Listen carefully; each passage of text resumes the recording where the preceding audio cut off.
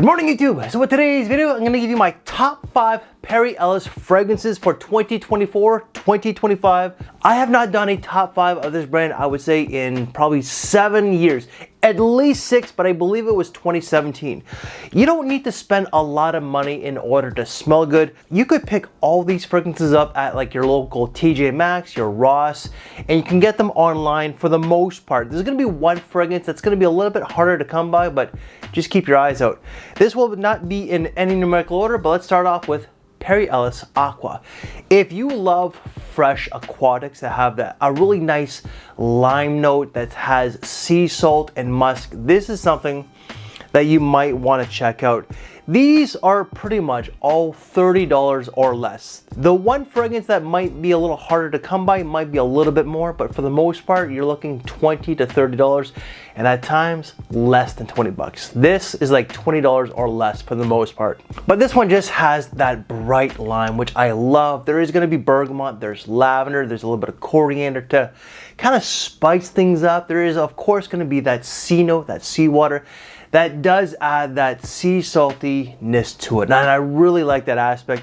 And the base is going to be some sort of wood and musk.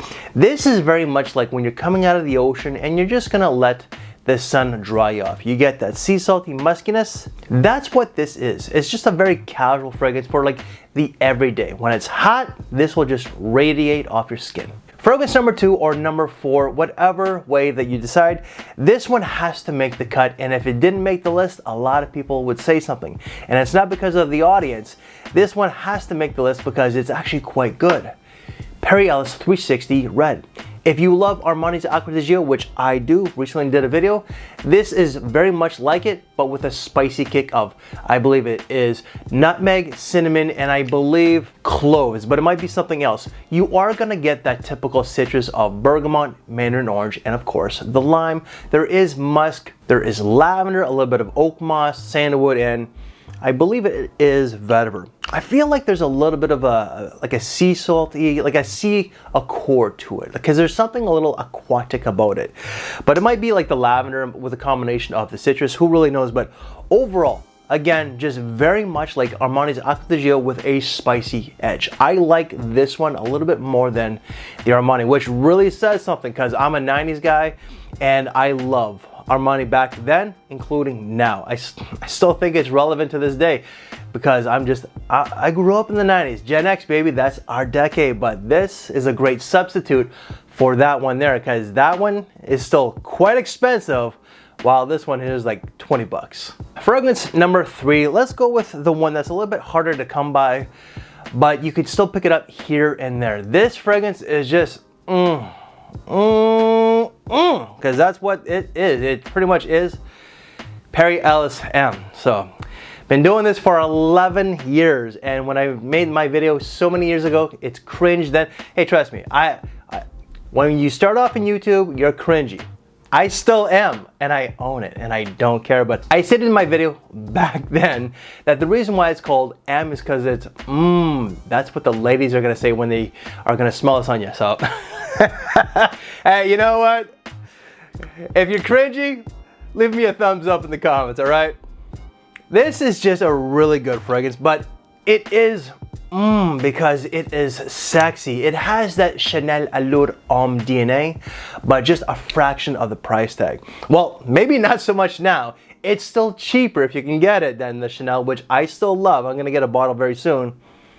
But this is just, it's warm, it's spicy, it's vanillic. There's a little bit of vetiver, some musk, but some of those spices are gonna be cinnamon, anise. There's also gonna be a little bit of balsam fir, and there's also gonna be a little bit of tonka bean to kind of sweeten it up, but also maybe to cream it up a little bit. I find that the tonka bean and the vanilla make this a little bit of a creamy type of fragrance. But this is just, it's sexy, but at the same time, it is classy. You could wear this dressed down, like something like this, all the way to a suit and tie, in my opinion. This is more of an autumn, a fall, a winter type of fragrance, and it's just very versatile. I think that a young guy could wear it all the way to an old guy. Number 2 or number 4, once again, it doesn't matter the order that it goes by, but I would say that the last 3 are my personal faves. But this is a little old school but modern. Perry Ellis 2018. This has a little bit of a classy type of feel and a little bit of an old school vibe as well. Some of those old school notes are going to be lavender, lemon verbena, and geranium, and as well oak moss. There is going to be a little bit of sandalwood and a little bit of bergamot as well in this fragrance, but there is a little bit of a soapy kind of feel. I don't know where that's coming from, but definitely has a somewhat of a soapy type of feel, like an old school type of soap.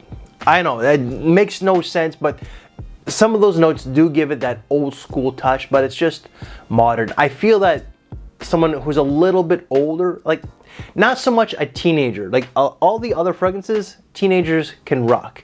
I find that someone maybe 25 and up might appreciate this more than someone who is just a young buck out there, all right? And this is more of a spring and summer scent, quite versatile, dressing it down all the way to a suit and tie. And last but not least, this is going to be my favorite one in this list, and I believe that this made the cut in my original one that I did so many years ago, but Perry Ellis Cobalt. This one never really got any mention in YouTube. I just checked. It looks like I'm the only guy.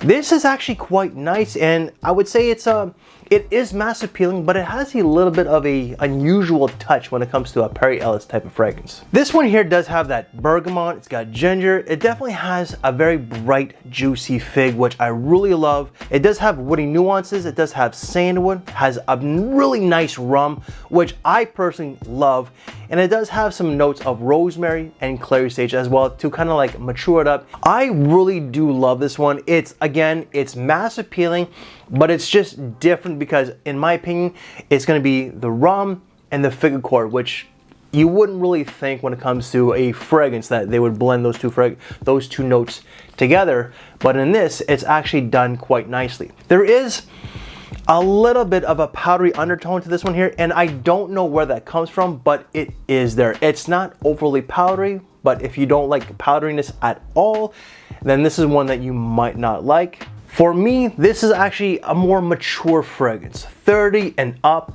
It's very versatile, dressing it down to dressing it up. It's more of a day fragrance in my opinion, but I do think that you can wear it at night. It's perfect for the spring and autumn time.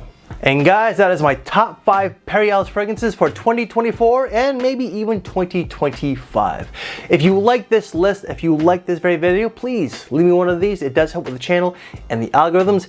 Any other videos that I've done from this brand, they will all be in the description box below. If you want to see the original one that I did so many years ago, check out right here, and whatever pops up right here. You know what? I'm going to give you guys a smell right here. So I thank you for your time. Take care, and I will see you later. Thanks for watching, everybody.